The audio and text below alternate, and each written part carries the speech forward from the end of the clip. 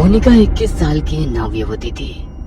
Campus placement में उसे एक अच्छी आईटी कंपनी में जॉब मिल गई थी। उसकी शिफ्ट रात की तकरीबन 12 बजे खत्म होती थी। उस रोज भी अपना काम खत्म करने के बाद वो ऑफिस से निकली और साइकिल की मदद से रेलवे स्टेशन पहुंच गई। साइकिल को पार्क करने के बाद मोनिका प्लेटफॉर्म पर खड़े होकर अपनी ट्रेन का इंतजार करने लगी। अचानक ही उसकी नजर रेलवे स्टेशन पर लगे एलईडी बोर्ड पर गई। रोज की तरह उसमें आने वाली ट्रेन का नाम और शेड्यूल आज दिखाई नहीं दे रहा था। डिस्प्ले बोर्ड की एलईडी बार बार जल बुझ रही थी। अचानक ही प्लेटफॉर्म की पावर सप्लाई कट गई और हर तरफ अंधेरा हो गया। कोई कुछ समझ पाता उससे पहले ही मोनिका की ट्रेन प्लेटफॉर्म पर आ गई। बिना देरी किए बाकी के पैसेंजर्स के साथ साथ मोनिका भी झट से ट्रेन में चढ़ गई। इस समय रात के 11:30 बज गए थे। आज ट्रेन में कुछ गिने चुने पैसेंजर्स ही दिखाई दे रहे थे।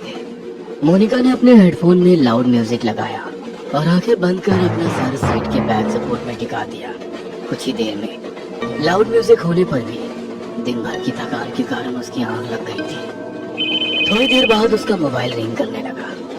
रिंग की आवाज से मोनिका की नींद टूट गई। स्क्रीन पर पापा का नाम फ्लैश हो रहा था। मोनिका ने फोन उठाया तो उधर से पापा की आवाज सुनाई देने लगी।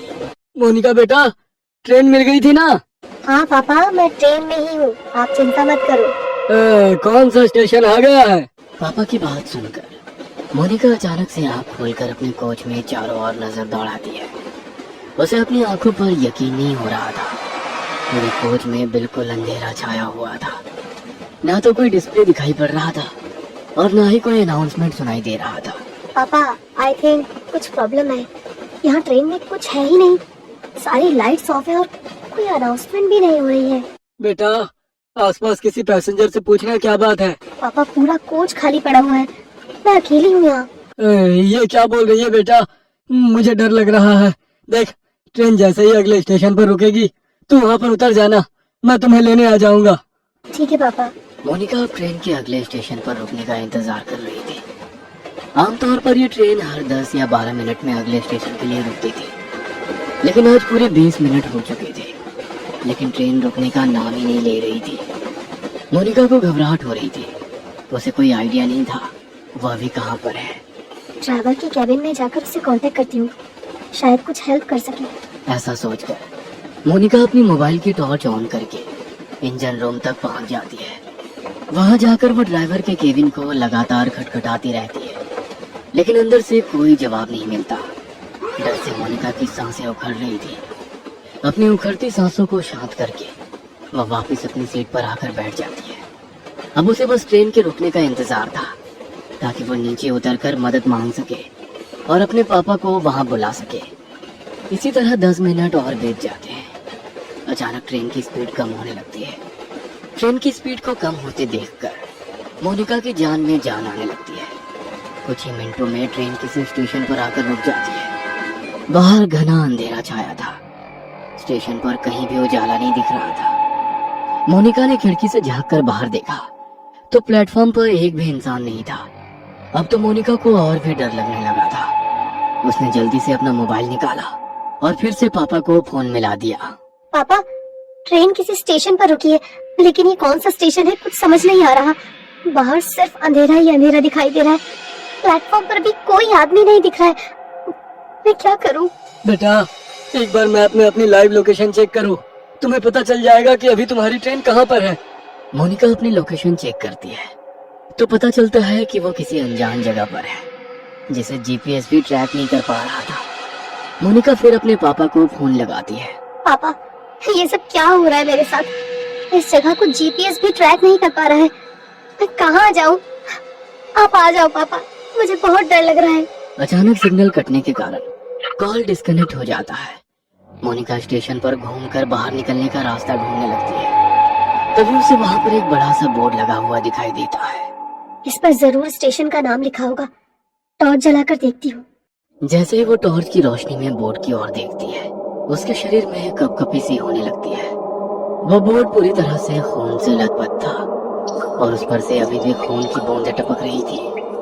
मोनिका घबराकर वहां से भागकर वापस अपनी ट्रेन की ओर आने लगती है कि तभी उसका फोन बजने लगता है। डरो नहीं बेटा, हिम्मत से काम लो। तुम्हारी ट्रेन जिस ट्रैक से आई है उसी ट्रैक पर वापस चलो।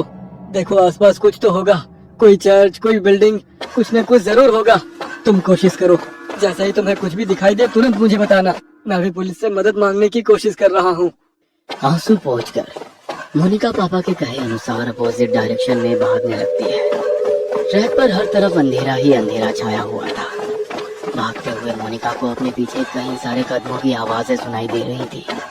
ऐसा लग रहा था कई सारे लोग उसके पीछे पीछे दौड़ रहे हो।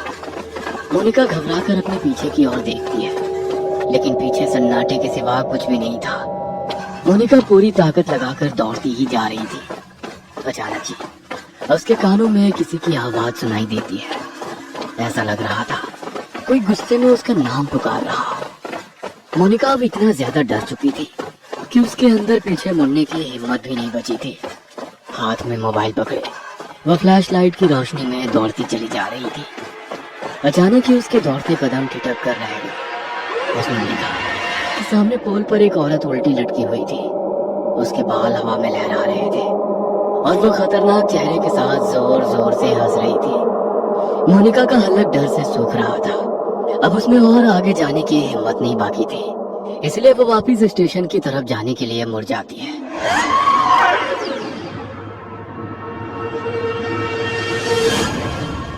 वापस मुड़ते ही उसे कुछ दूरी पर एक आदमी दौड़कर उसकी ओर आता दिखाई देता है।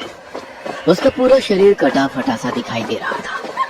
उसका चेहरा बहुत डरावना दिख रहा था, जैसे कहीं पर कुचला गया।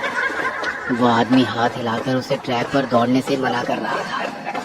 मोनिका को अब समझ नहीं आ रहा था कि वो कहाँ जाए। घबराकर वो फिर से पोल की तरफ देखती है, जहाँ अभी कुछ मिनटों पहले एक औरत उल्टी लटकी हुई थी। वो पोल अब बिल्कुल खाली था। आगे का रास्ता भी बिल्कुल खाली दिखाई दे रहा था, इसलिए उस आदमी से बचने के लिए मोनिका फिर से ट्रैक पर दौड़ने लगती है। कुछ दूर दौड़ने के बाद उसे ट्रैक के पास एक गाड़ी खड़ी दिखाई देती है। मोनिका अपने पापा को गाड़ी के बारे में बताने के लिए फोन उठाती है, तो देखती है कि फोन की बैटरी डाउन हो गई है। इस गाड़ी के हेडलाइट्स ऑन है, मतलब गाड़ी में जरूर कोई है। क्या करूं? मदद मांग लूं या ऐसे ही भूतिया स्टेशन पर अपनी मौत का इंतजार करती रहूं? मोनिका कुछ देर सोचती है और उसके बाद हाथ हिलाते हुए गाड़ी के सामने जाकर खड़ी हो जाती है। मोनिका को ऐसी हालत में देखकर गाड़ी के अंदर से एक आदमी बाहर आता है। क्या बात है, इतनी रात को आप ऐसे ट्रैक पर क्या कर रही है? सब ठीक तो है ना? मोनिका बुरी तरह भाग रही थी। ऐसा लग रहा था वह किसी भी पल बेहोश होकर गिर पड़ेगी। मोनिका की ऐसी हालत देखकर वह आदमी उसे गाड़ी के अंदर बैठा लेता है। अच्छा, आप आराम से अंदर बैठकर बताइए क्या बात है। पता नहीं क्या हो रहा है मेरे साथ। मैं न जाने कैसे इस जगह पर आ गई। अब मैं लाख कोशिशों के बाद भी यहाँ से निकल नहीं पा रही। आप बता सकते हैं ये कौन सी जगह है? मोनिका अपनी ही धुन में बोलती चली जा रही थी। तभी उसे महसूस हुआ कि कार सवार युवक उसे वापस प्लेटफॉर्म की ओर ले जा रहा है। No please stop. तुम मुझे कहाँ ले जा रही हो? मुझे वापस वहाँ नहीं जाना है। मोनिका के इतना कहते ही वह लड़का मुस्कुराते हुए पीछे देखता है। अगले ही पल उस लड़के का चेहरा बदलने लगता है और वो उसी आदमी की शक्ल में बदल जाता है जो ट्रैक पर उसका पीछा कर रहा था। मोनिका के मुंह से एक जोरदार चीख निकल जाती है और वो कार से उतरकर फिर से पागलों की तरह दौड़ने लगती है। उसे अपने पीछे उस आदमी के कदमों की आवाज साफ सुनाई पड़ रही थी। दौड़ते हुए वो वापस अपनी ट्रेन के सामने आ जाती है। कोई और रास्ता ना सोचने पर वो छिपने के लिए वापस ट्रेन में चढ़ जाती है और एक सीट के नीचे छिपकर बैठ जाती है। मोनिका का पूरा शरीर पसीने से लथपथ हो गया था।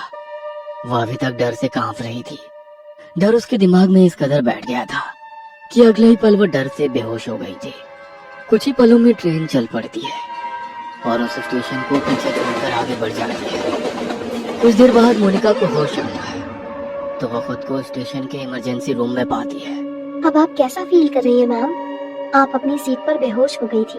ट्रेन के स्टाफ मेंबर आपको यहाँ लेकर आ गए। आप अपने घर पर किसी को इन्फॉर्म कर दीजिए। मोनिका हैरानी से चारों ओर देख रही थी। उसे अभी तक यकीन नहीं हो रहा था कि वो उस स्टेशन से वापस आ गई है। प्लीज मेरे पापा को बुलवा दीजिए। मैम, आपके फोन की बैटरी लो हो गई थी। मैंने चार्ज कर दिया है, ये लीजिए। मोनिका अपना फोन निकालकर पापा को फोन लगाती है। हेलो, कहाँ थी तू बेटा? मैं कितना परेशान था। 3 घंटे हो गए, अभी तक घर नहीं लौटी। पापा, आप तो जानते हैं ना, मैंने आपको फोन किया तो था। बेटा क्या बोल रही है, तू है कहाँ? मोनिका पापा को अपनी लोकेशन भेज देती है। कुछ ही देर में मोनिका के पापा आकर उसे अपनी कार से घर ले जाने लगते हैं। रास्ते में मोनिका अपना फोन निकालकर कॉल हिस्ट्री चेक करती है। उसने पिछले 3 घंटे में लगभग 10 बार पापा का नंबर डायल किया हुआ था, लेकिन एक भी बार उस पर बात नहीं हुई थी। मैंने तो हर बार पापा से बात की थी, लेकिन फोन में तो बस डायल नंबर ही दिख रहा है। और अगर वो सब मेरा वहम था, तो फिर जब मैं बेहोश थी तो ये कॉल कब और किसने किए? मोनिका के जहन में बहुत से सवाल थे, जिनका जवाब फिलहाल बस यही था कि इतना सब कुछ एक रात में देख लेने के बाद भी वो जिंदा अपने घर लौट रही थी। मोनिका पिछली रात की घटना को एक बुरा सपना समझकर भूल जाना चाहती थी कि तभी उसकी नजर अपनी गाड़ी के साइड मिरर पर पड़ती है। वो देखती है कि वही कटे पिटे चेहरे वाला डरावना आदमी उसकी गाड़ी के ठीक पीछे पीछे चला आ रहा है। ये कहानी आपको अच्छी लगी हो तो हमें सब्सक्राइब करें, हमारा इंस्टाग्राम और फेसबुक पेज जरूर फॉलो करें। अगर आपके पास ऐसी ही कोई कहानी हो तो हमें कमेंट बॉक्स में भेजें। हम कोशिश करेंगे कि अगली एनिमेटेड स्टोरी आपकी होगी।